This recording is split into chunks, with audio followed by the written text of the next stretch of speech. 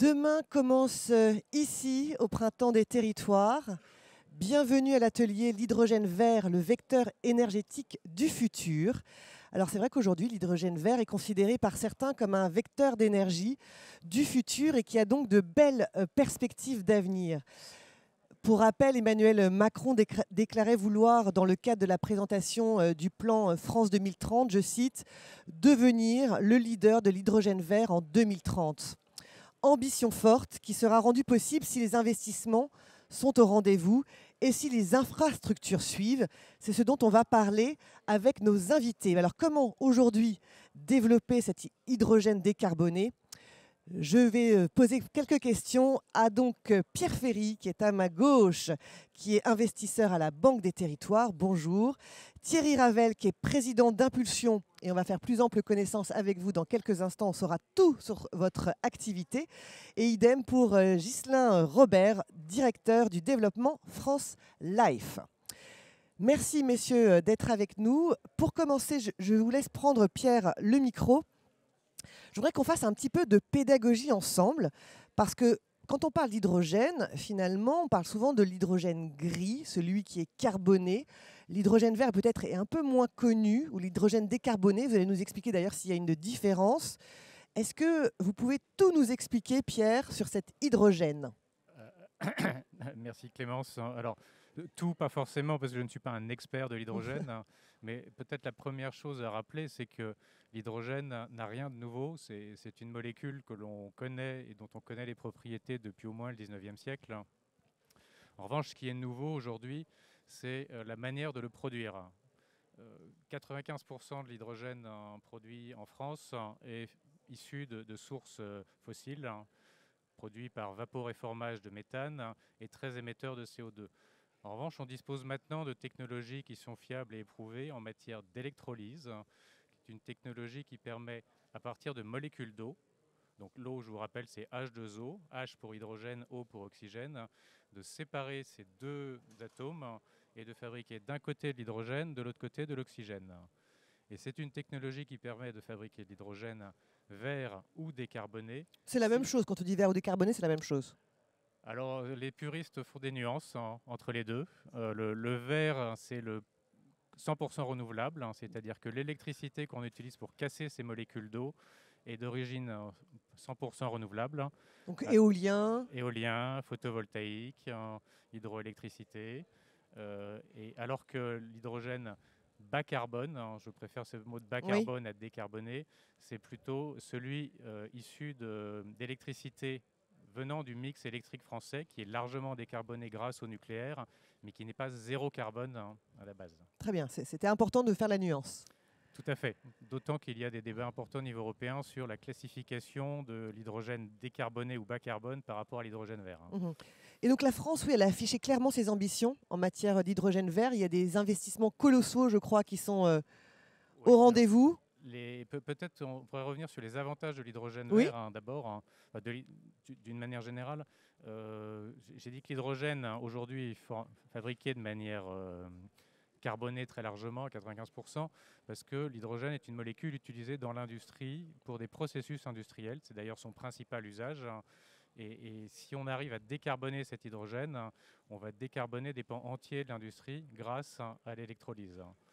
Le deuxième usage possible de l'hydrogène en tant que vecteur énergétique, et là c'est plutôt non pas une substitution à l'hydrogène gris, c'est un complément pour le verdissement du transport. Dans la mobilité aujourd'hui, on a un secteur qui est particulièrement difficile à décarboner et que dans les solutions qu'on nous propose existent bien sûr les batteries. Mais les véhicules à batterie ne répondront pas à tous les usages. Ça, à peu près tout le monde en est convaincu. Il y a un certain nombre d'usages de niche. Quand on doit faire de très longues distances, transporter des charges lourdes, avoir beaucoup d'autonomie, quand on a peu de temps de recharge, l'hydrogène est une solution complémentaire. Au lieu de mettre des batteries, on met une pile à combustible dans la voiture qui fait le même rôle que les batteries, c'est-à-dire fournir l'électricité pour un moteur électrique.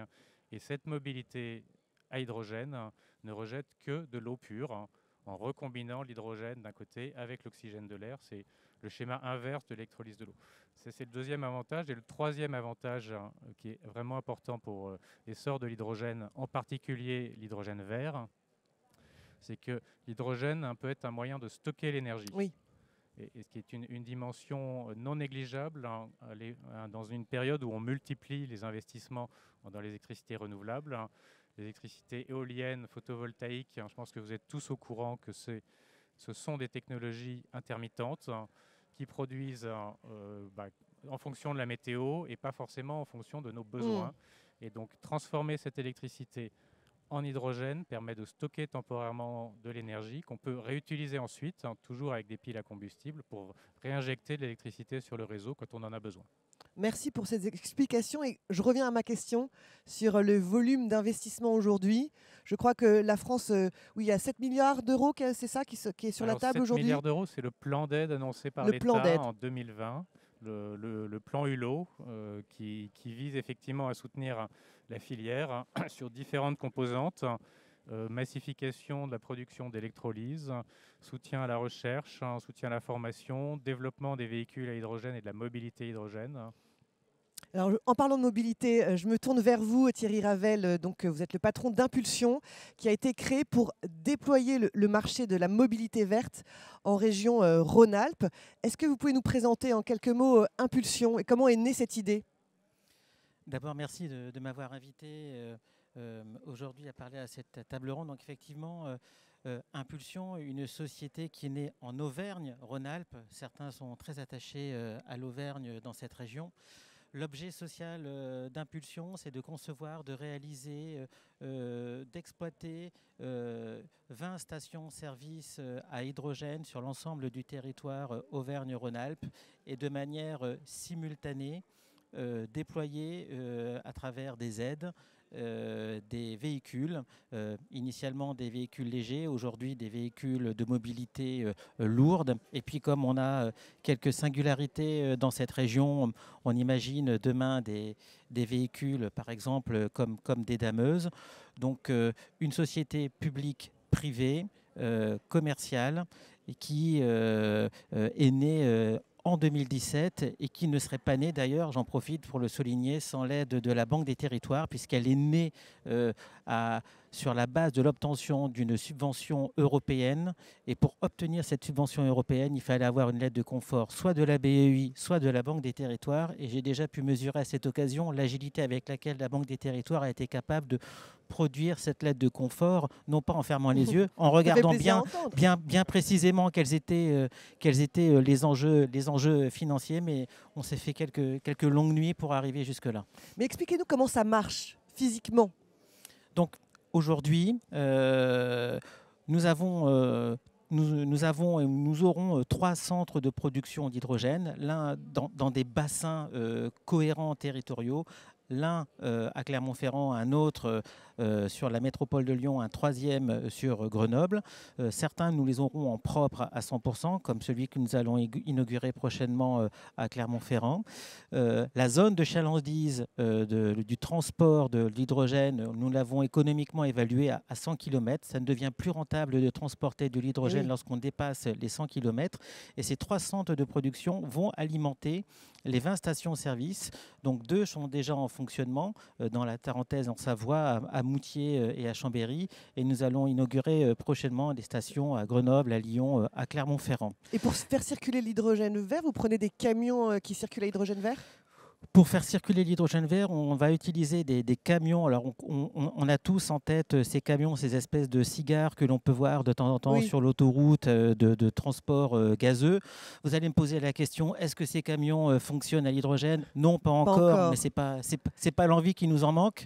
Mais ça ne marche pas encore sur tout, en fait, aujourd'hui. Ça ne marche pas encore sur tout, mais le devenir de ce type de camion, ce sera demain de passer à l'hydrogène. Donc, effectivement, tout n'est pas parfait puisqu'il y a la distribution qui se fait par transport camion gazeux. Voilà. Et j'ai oublié de préciser quelques éléments importants, à savoir que le revenu de la société est basé sur la vente d'hydrogène dans les stations-service. Et cette société, elle est composée aujourd'hui d'une dizaine de collaborateurs qui sont pour détacher des différents actionnaires d'Impulsion. Combien de véhicules circulent aujourd'hui à l'hydrogène vert chez vous ? Aujourd'hui, on a aux environs de 40 véhicules qui circulent en Savoie. Et progressivement, et c'est l'un des enjeux, hein, c'est la disponibilité des véhicules, effectivement. Progressivement, on va alimenter l'ensemble des stations. Peut-être souligner que la région Auvergne-Rhône-Alpes va faire l'acquisition de cars à hydrogène, de 15 cars à hydrogène, dans le cadre de sa politique intermodale entre les sites.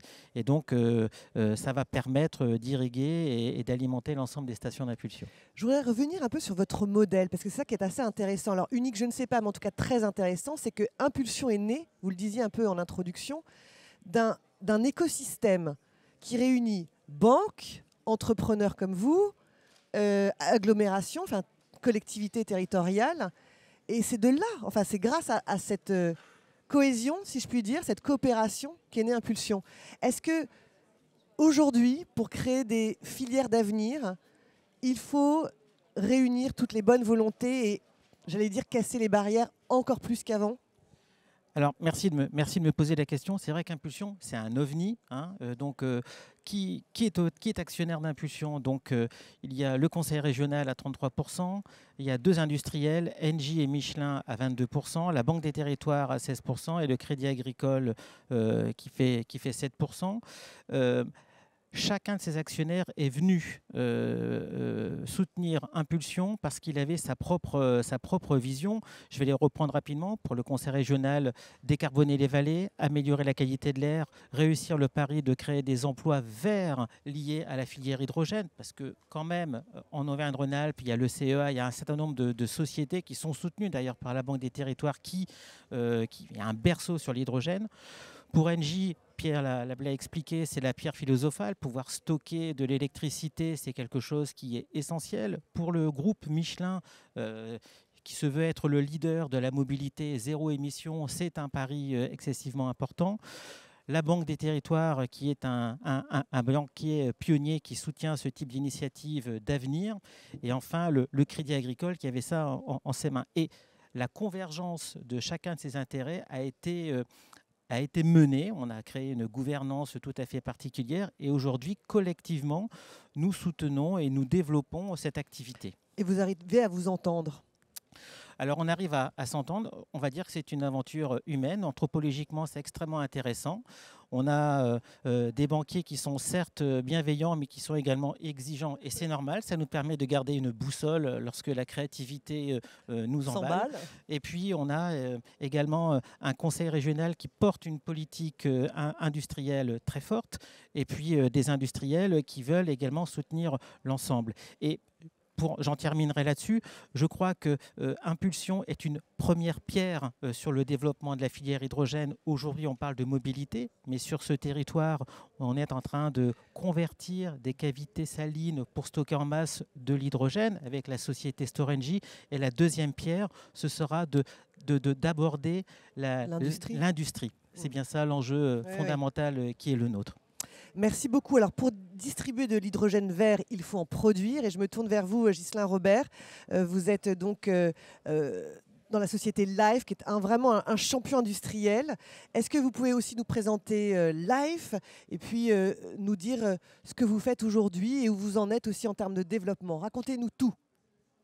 Alors tout, je ne sais pas si on aura assez le temps, mais on va commencer par le début. Donc Life, en effet, a été créé par Mathieu Guéné en 2017 avec quelques membres fondateurs sur le constat que l'hydrogène n'était pas si accessible que ça sur le marché en 2017 et l'hydrogène renouvelable était totalement absent du marché.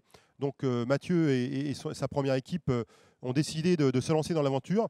Ils pensaient que c'était facile, donc c'est pour ça qu'ils l'ont fait, mais ils l'ont fait quand même. Et aujourd'hui, nous arrivons à un point où nous produisons de l'hydrogène renouvelable. En fait, Mathieu et son équipe ont tout d'abord voulu se lancer dans une analyse des différents procédés. On a parlé beaucoup d'électrolyse de l'eau, donc c'est l'électrolyse de l'eau qui a été retenue rapidement, avec un système semi-centralisé. On en a parlé avec Impulsion, c'est-à-dire qu'on produit sur les territoires, avec les acteurs du territoire. Je tiens à saluer les collectivités qui nous accompagnent tous et toutes dans ces projets, parce que ce sont des véritables catalyseurs, des éléments indispensables au bon fonctionnement d'une réaction chimique, et en l'occurrence pour faire de l'hydrogène.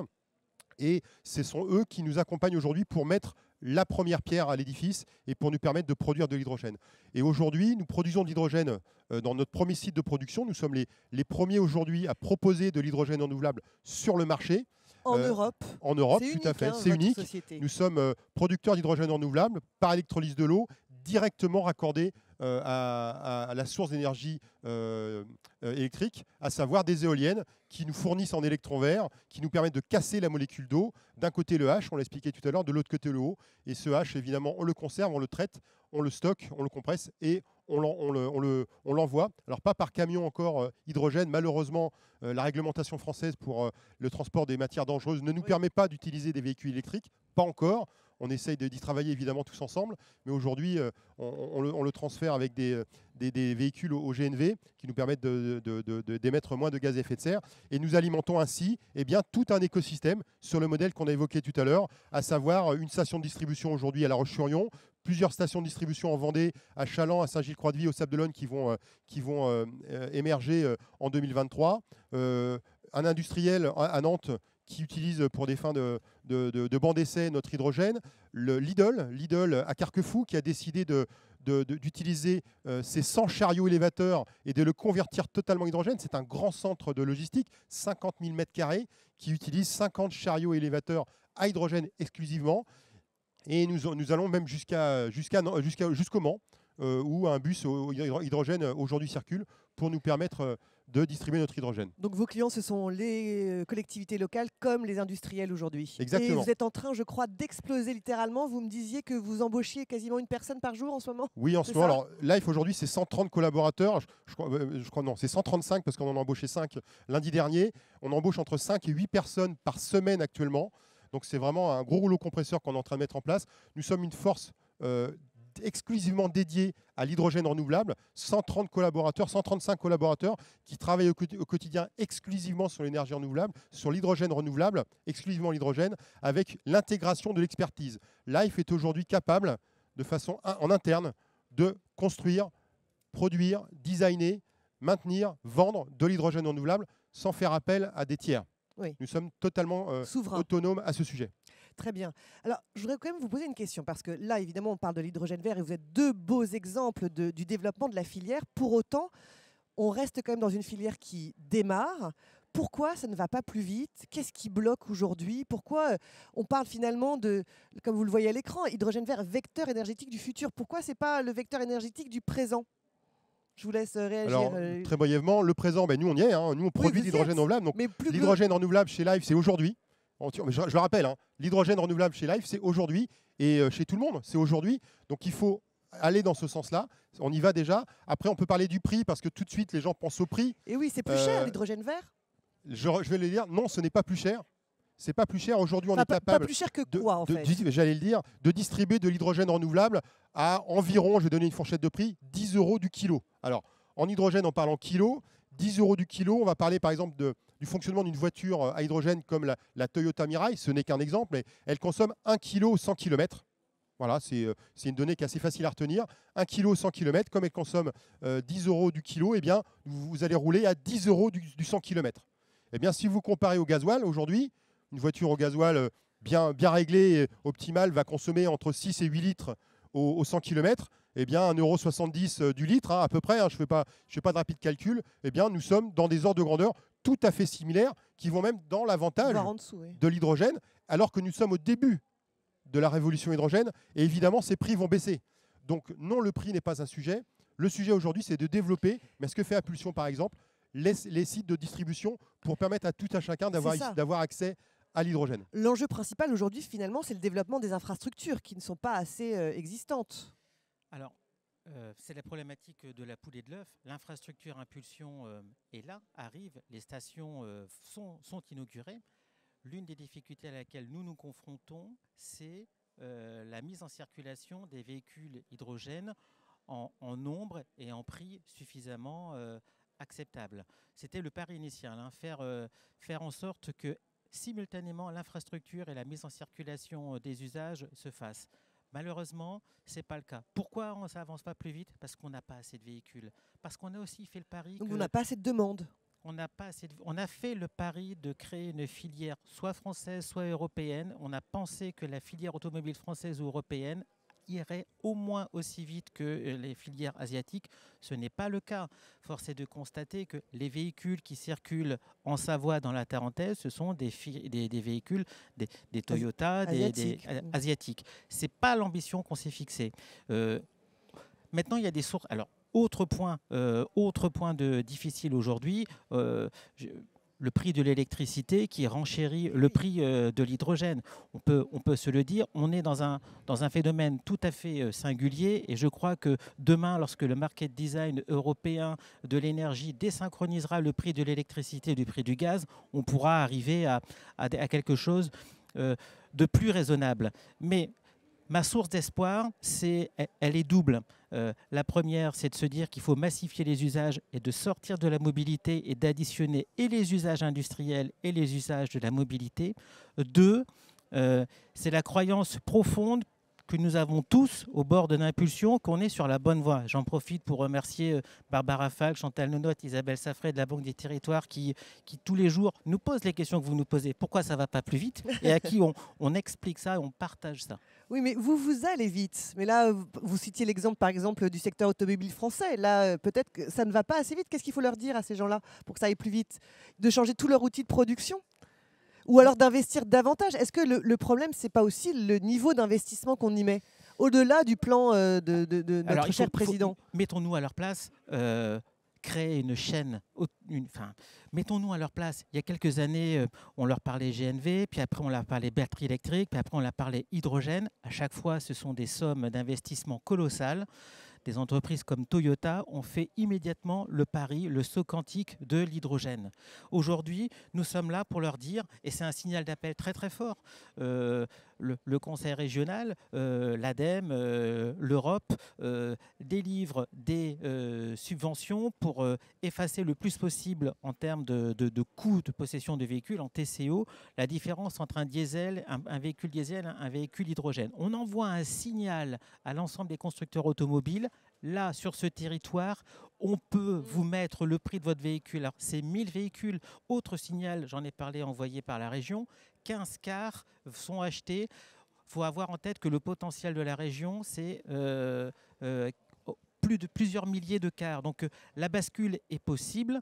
Il faut y croire. Et voilà l'enjeu qui est le nôtre. Mais en fait, ça embarque tout le monde. Je vous en prie, Pierre, réagissez. Je voulais ajouter un mot et pas forcément tempérer les propos de mes voisins, mais structurellement, on est sur des technologies qui restent chères, hein, que ce soit à la production d'hydrogène ou à la production de véhicules qui vont consommer l'hydrogène, et face à des petites séries. Donc un des enjeux de la filière, si on veut baisser les coûts globalement, et amener à la parité sans avoir les subventions et besoins d'aide fiscale de toute nature, c'est massifier, donc faire de grandes séries. Et c'est là où le problème de la poule et de l'œuf, que posait un peu mon voisin, il est majeur. Il faut arriver à faire coïncider les deux en même temps et que tout arrive en même temps, à grande échelle. Il n'y a qu'à ce moment-là, quand on aura de grands acteurs qui feront des produits en grande série, que les prix vont s'effondrer, comme ça s'est passé dans les énergies renouvelables à leur début.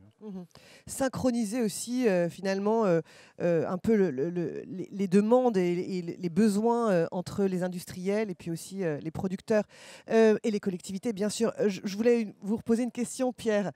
Vous avez évoqué ces enjeux de massification. Est-ce qu'il y a d'autres enjeux pour vous qui sont à votre niveau, au niveau de la Banque des Territoires, vraiment sur la table et à avoir en tête pour massifier justement et développer cette filière? Alors pour moi, la logique de massifier, c'est bien d'enclencher ce cycle vertueux, de dire on crée à la fois des productions suffisantes et des usages suffisants. Sur l'aspect production, c'est pour améliorer les rendements, pour faire baisser les coûts de production, pour atteindre la parité avec les technologies concurrentes, enfin avec les molécules concurrentes en termes de vecteurs énergétiques.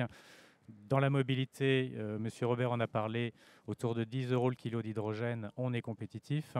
Dans l'industrie, alors je parle de l'ancien monde avant l'explosion des prix du gaz, on n'était pas compétitif à 10 € le kilo d'hydrogène vert.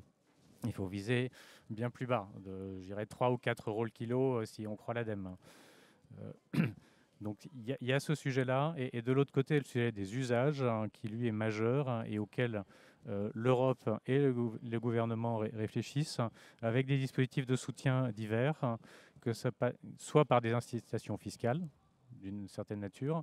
J'ai encore lu récemment que, par exemple, la production d'hydrogène renouvelable serait éligible au certificat d'économie d'énergie et donc valorisable sur le marché, mais également un dispositif de subvention à la production d'hydrogène par électrolyse de l'eau, avec soutien au CAPEX, éventuellement aux OPEX, de manière à pouvoir abaisser le coût de la molécule, quel que soit l'usage qu'on en fait derrière. Ce qui veut dire que pour les clients, ça va baisser leur prix de revient.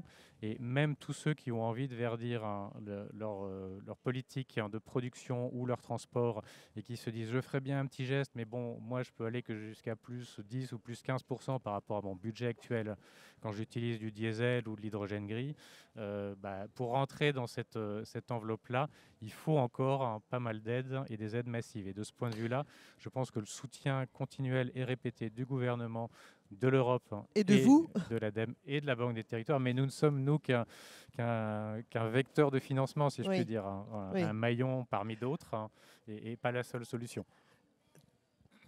Je voulais compléter. Impulsion, c'est une infrastructure de mobilité de petite taille. Demain, il y aura les grandes infrastructures. J'ai envie de parler des hydrogénoducs, j'ai parlé également des stockages massifs. La Banque des Territoires, qui est également actionnaire de GRT Gaz, doit réfléchir demain au transport d'hydrogène de masse, tout comme Storengy doit mener ses réflexions. Elle le fait déjà sur le stockage. Donc cette synchronisation pour les grandes infrastructures de transport, de stockage d'hydrogène est également à mener. Avant de passer peut-être aux questions de la salle, Pierre, une question sur la Banque des Territoires et aussi sur les investissements ou le vecteur d'investissement que vous représentez. Qu'est-ce que vous faites aujourd'hui pour accompagner et développer cette filière ? Alors, vous avez deux beaux exemples ici. Je pense qu'ils parlent par eux-mêmes. Ça, c'est sûr. Ce que nous faisons, nous investissons dans des solutions de production d'hydrogène vert. C'est l'exemple de Life, qui pour nous a été emblématique de cette filière parce que c'est un pure player de l'hydrogène français avec des projets territoriaux ancrés dans le territoire et que l'on souhaite faire grandir et aider à se déployer à travers la France. Et donc vos ambitions, quelles sont-elles alors ? C'est de déployer ce genre Nos ambitions, c'est de continuer à investir dans des grands projets de production d'hydrogène avec des usages présécurisés quand même parce qu'il y a un certain niveau de risque aussi qu'il faut savoir apprécier. Et puis continuer sur la mobilité, à mailler le territoire de stations hydrogène, à l'exemple d'Impulsion, mais Impulsion est, je dirais, par sa construction limitée au territoire d'Auvergne-Rhône-Alpes. C'est déjà grand, mais ça ne couvre pas toute la France. Et donc on reproduit le même modèle dans toutes les régions de France avec différents acteurs pour mailler le territoire en stations d'avitaillement en hydrogène pour... Alors d'abord les clients publics qui se lancent dans l'aventure de l'hydrogène, les collectivités qui veulent verdir leur transport public ou leur service de collecte de déchets par exemple. Ça permet d'ancrer une demande et une première station qu'on va généralement surdimensionner en disant il y a d'autres usages qui vont venir ultérieurement quand le marché sera un peu plus mûr du côté des entreprises, du côté des transporteurs privés et quand les camions à hydrogène seront disponibles et tous homologués pour être autorisés à rouler sur les routes françaises. Donc le message, ça a l'air lointain, c'est 2025, 2026, 2027, ça arrive très vite. Alors justement, j'allais parler de l'échelle de temps. Vous, votre rêve là pour les prochaines années, quel est-il ? Écoutez, ce n'est pas un rêve, c'est en train de se faire tout simplement. Life a été créé, comme je vous le disais, en 2017 avec une première vision, c'est que l'hydrogène de demain serait produit massivement. Vous parlez de massification et c'est vraiment l'objectif de tous évidemment, et c'est notre objectif, serait produit massivement en mer. Pour nous, l'avenir de l'hydrogène, c'est la mer. Et c'est pour ça qu'on lance, alors on ne peut pas parler d'avenir, on va parler d'aujourd'hui. Aujourd'hui, on a le plaisir de lancer le 22 septembre donc la première plateforme de production d'hydrogène en mer au large du Croisic. L'inauguration a lieu en ce moment même à Saint-Nazaire. Et nous allons produire de l'hydrogène en mer. Donc c'est une autre technologie, puisqu'évidemment, quand on parle d'offshore, on parle de maintenance et d'opérationnel bien différents. Et nous allons donc mettre cette première brique à l'édifice pour ensuite, dès 2025, produire massivement en mer, puisque les gisements de vent en mer n'ont strictement rien à voir avec ceux à terre. Donc on sera capable à terme de produire massivement, de faire venir cet hydrogène à terre par des pipes pour nous permettre d'irriguer les hydrogénoducs dont on a parlé tout à l'heure et les territoires pour alimenter la mobilité. Et gâteau sous la cerise, si je veux dire, nous, notre objectif, c'est évidemment de produire de l'hydrogène, vous l'avez bien compris depuis le début, mais comme tout producteur d'hydrogène, nous cogénérons de l'oxygène, comme on l'a dit tout à l'heure. Et cet oxygène, aujourd'hui, n'est pas valorisé parce que ce n'est pas une bonne façon de produire l'oxygène de façon économique. Il suffit de, entre guillemets, de liquéfier l'air pour avoir de l'oxygène d'un point de vue beaucoup plus économique. Des gens le font très bien aujourd'hui. Mais nous, cet oxygène, on la cogénère de toute façon. C'est de l'oxygène qu'on va appeler fatal. Et l'objectif de Life, depuis le début, c'est d'injecter cet oxygène dans les océans, dans les mers, pour la diluer et pour permettre aux océans de récupérer la capacité qu'ils avaient d'absorber les gaz à effet de serre par osmose. Donc on est vraiment dans un bilan non pas neutre, mais très très positif pour, entre guillemets, racheter la dette environnementale qu'on a nous-mêmes émise, voire de nos parents, de nos grands-parents, pour faire baisser drastiquement les gaz à effet de serre dans l'atmosphère. Notre objectif, c'est d'économiser 1 milliard de tonnes de CO2 à terme et de devenir une licorne verte. Voilà ce qu'on veut faire chez Life. C'est très clair. Merci. Thierry, pour conclure, votre rêve. Et ensuite, on va passer aux questions. Mon rêve, c'est améliorer la qualité de l'air des montagnes, décarboner la mobilité et l'industrie avec de l'hydrogène. Un hydrogène compétitif parce qu'on a massifié les usages, donc de mêler les eaux tant sur la mobilité que sur l'industrie et de synchroniser le développement des infrastructures, y compris de grande taille, comme je l'ai dit, avec le transport et le stockage. Mais je pense que ce n'est pas nécessairement qu'un rêve. Je pense que la question, c'est quand. Mais le chemin est là. Préciser que à l'échelle d'impulsion, avoir une interopérabilité avec les autres sociétés. Faire en sorte qu'un véhicule qui passe dans les 20 stations d'impulsion, lorsqu'il ira en Occitanie ou dans la région sud, puisse également s'alimenter auprès de ces stations. Très bien, merci beaucoup. Si vous avez des questions, je vous en prie, c'est à vous. Bonjour monsieur, je vous laisse la parole. Il n'y a pas de micro, il va falloir que vous donniez de la voix et puis je retraduirai votre question.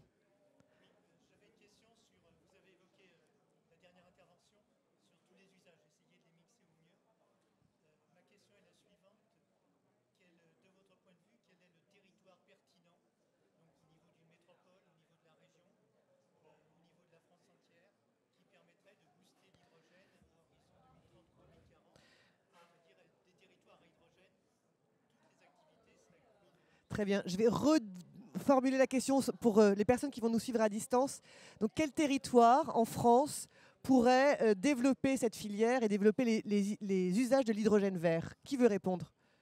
Moi, j'ai peut-être pas partagé mon retour d'expérience. À mon sens, la bonne maille, c'est la maille administrative d'un conseil régional. Pas uniquement parce que c'est une entité qui gère les fonds, une partie des fonds européens, mais ça fait partie du dispositif important. Le conseil régional ne peut pas faire tout, il doit s'appuyer sur les collectivités qui la composent. Et la lecture ne doit pas être strictement publique, il faut également y intégrer les singularités de chaque tissu industriel, de chaque région. Dans certaines régions, l'automobile ou l'aéronautique ou le food ou l'agroalimentaire est développé. Donc, tenir compte de la singularité de chacun des territoires à l'échelle régionale, se synchroniser avec les métropoles. Pour moi, à mon sens, la bonne maille, c'est la région. Et ça ne dépend pas d'un type de géographie non plus.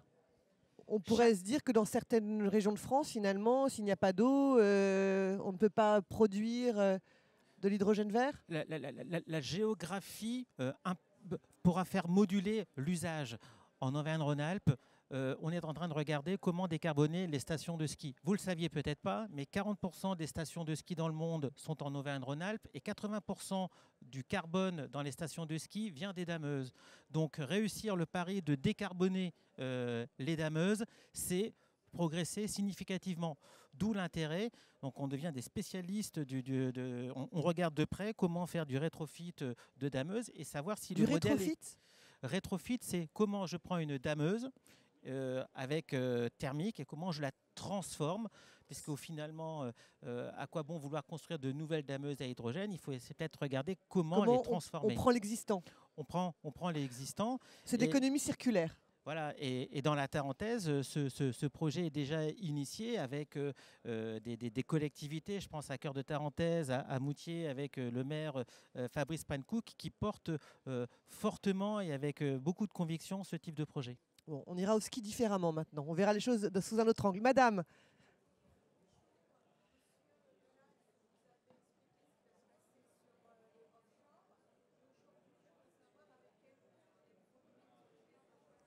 Avec quelle eau est produite C'est une très bonne question, madame. Et évidemment, nous sommes soucieux de l'eau que nous utilisons.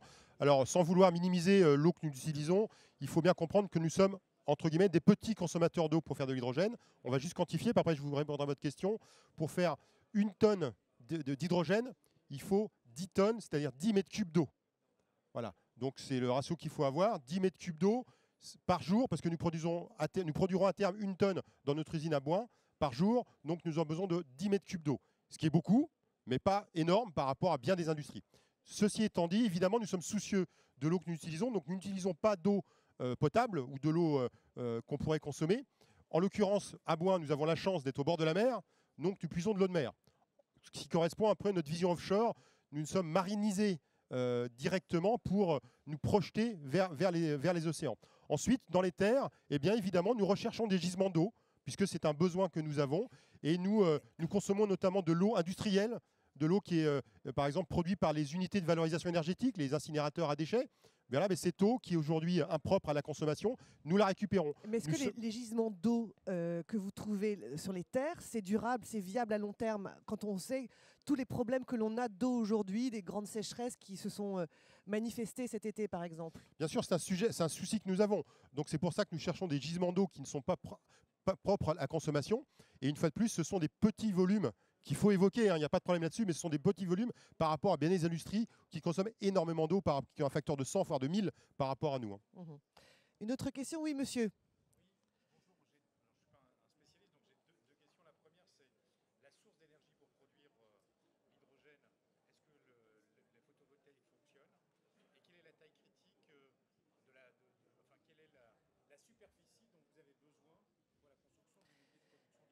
Donc, est-ce que le photovoltaïque fonctionne et de quelle superficie avez-vous besoin pour fabriquer de l'hydrogène? Donc, comme on l'a évoqué, évidemment, toutes les sources d'énergie renouvelable sont satisfaisantes. Elles ont toutes leurs caractéristiques. Évidemment, nous, on va privilégier l'éolien ou l'hydroélectrique, qui sont des sources qui correspondent aux besoins d'énergie que nous avons. L'éolien produit massivement l'hiver et plus régulièrement que le photovoltaïque. La charge qui est liée, elle est de l'ordre de 20 à 25% pour l'éolien par rapport à 15% pour le photovoltaïque. Le photovoltaïque peut correspondre à nos besoins. On va essayer de les coupler avec de l'éolien. Quand il fait beau, il y a du photovoltaïque, il n'y a pas d'éolien parce qu'il n'y a pas de vent. Quand il ne fait pas beau, il y a du vent et il n'y a pas de photovoltaïque. Donc on essaye de coupler les deux, mais le photovoltaïque peut répondre à nos besoins, on va dire surtout si on est au sud de la Loire, voire très au sud de la Loire. Plus on est au sud de la Loire, mieux ça va. Voilà. Et pour répondre à votre question, la surface dont on a besoin pour produire de l'hydrogène, donc un site de production, est inférieur à 1 hectare, de l'ordre même de 5000 m² si on arrive à bien densifier notre site de production pour produire de 2 à 5 tonnes par jour. C'est des petites tailles, oui, c'est des petites tailles, tout à fait. Et puis c'est standardisé, enfin c'est rationalisé, c'est standardisé, c'est containerisé. On est vraiment sur des sites industriels compacts qui nous permettent de s'installer dans des sites plus petits. Merci. Peut-être compléter en disant que si on rêve, demain, on peut aussi imaginer de très grandes fermes solaires dans des zones désertiques qui produiront en masse de l'hydrogène et d'avoir des transports de masse d'hydrogène dans les ports et de transporter cet hydrogène vert dans les ports. Mais ça c'est un rêve, une utopie ou c'est réaliste, ça, ce que vous dites? Il faut faire ça au bord de la mer. Ah oui, donc une zone désertique au bord de la mer. Non, mais il y a certaines zones qui... Mettez bien votre micro, pardon. Pardon. Il y a certaines zones vont pouvoir répondre à ces critères. D'accord. Est-ce qu'il y a encore une question parmi vous? Moi, j'avais peut-être encore une question, si vous permettez que je vous prenne je vous prenne la place. Concernant la souveraineté, par exemple, quand on parlait des panneaux solaires, on peut dire que la France et l'Europe s'est fait un peu piquer sa souveraineté en Chine. Est-ce qu'aujourd'hui, il n'y a pas un risque aussi que l'hydrogène vert nous échappe ?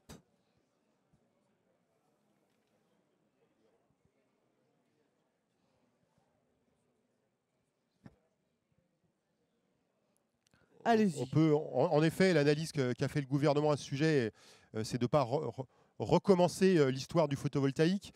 Donc c'est pour ça qu'aujourd'hui, le plan du gouvernement investit, on a parlé tout à l'heure, dans l'électrolyse, en créant des géants d'électrolyse, des géants de la distribution, des géants de la production. C'est l'objectif à terme. On n'est pas encore là, parce que nous, on est encore un petit pousset de ce côté-là, mais l'objectif de l'État, c'est évidemment d'investir massivement pour ensuite consommer ces outils de production. Oui, et avoir un hydrogène vert made voilà. in France. Et ce qu'on peut par contre nous regretter, chez Life en tout cas, c'est qu'il faudrait aussi accompagner les usages. Tout à l'heure on parlait des usages. Oui. Il faut faire les deux à la fois. Alors c'est le en même temps qu'on peut évoquer, mais il faudrait qu'en même temps on accompagne les usages, en tout cas à une certaine hauteur, pour permettre à cette filière de progresser plus rapidement. L'enjeu de souveraineté, il est brûlant en ce moment. On parle de souveraineté énergétique, mais là, on en parle de la souveraineté de la partie strictement hydrogène. Demain, il y aura un projet de loi d'accélération de la transition énergétique qui va être débattu. Et je crois que le développement de cette filière hydrogène doit y être porté, clamé, car c'est l'une des briques qui permet d'assurer la souveraineté énergétique de la France. Pour résumer, fabriquer de l'hydrogène, c'est avec des énergies renouvelables du territoire, de l'eau du territoire, pouvoir produire un vecteur énergétique qu'on ne va pas chercher au Moyen-Orient ou ailleurs. Donc ça fait partie de l'une des clés absolument essentielles. Et je pense que le projet de loi d'accélération de la transition énergétique doit lourdement, fortement clamer la place des gaz verts en général et de l'hydrogène en particulier. Et faire de la pédagogie sur les usages, visiblement aussi. Je voulais peut-être ajouter une ou deux remarques sur ce sujet de souveraineté. On pose parfois la question et les métaux rares pour fabriquer de l'hydrogène, qu'est-ce que ça représente ? Alors c'est bien moindre que ce qui est nécessaire dans les batteries pour les véhicules électriques. Donc de ce point de vue-là, c'est un net progrès par rapport à la mobilité tout batterie. Autre sujet qui peut être d'attention, c'est est-ce qu'on a les ressources en France pour fabriquer toutes ces technologies ? Alors France Hydrogène, qui est l'association qui fédère tous les acteurs de l'hydrogène, a dressé un panorama de l'ensemble des acteurs français et a identifié que globalement la filière française est très bien placée à l'échelle internationale. Alors ça ne veut pas dire qu'on va gagner la course, parce qu'effectivement c'est une course contre la montre face aux Chinois, aux Japonais, aux Coréens, aux Américains, mais on est bien placé et là je vais faire un peu de pub pour mes collègues de ce que j'appelle la Banque des entreprises au sein du groupe Caisse des dépôts. À côté de la Banque des territoires, il y a BPI France dont la vocation c'est d'accompagner toutes nos PME pour les faire grossir et passer au stade de TI et de champions mondiaux de ces technologies.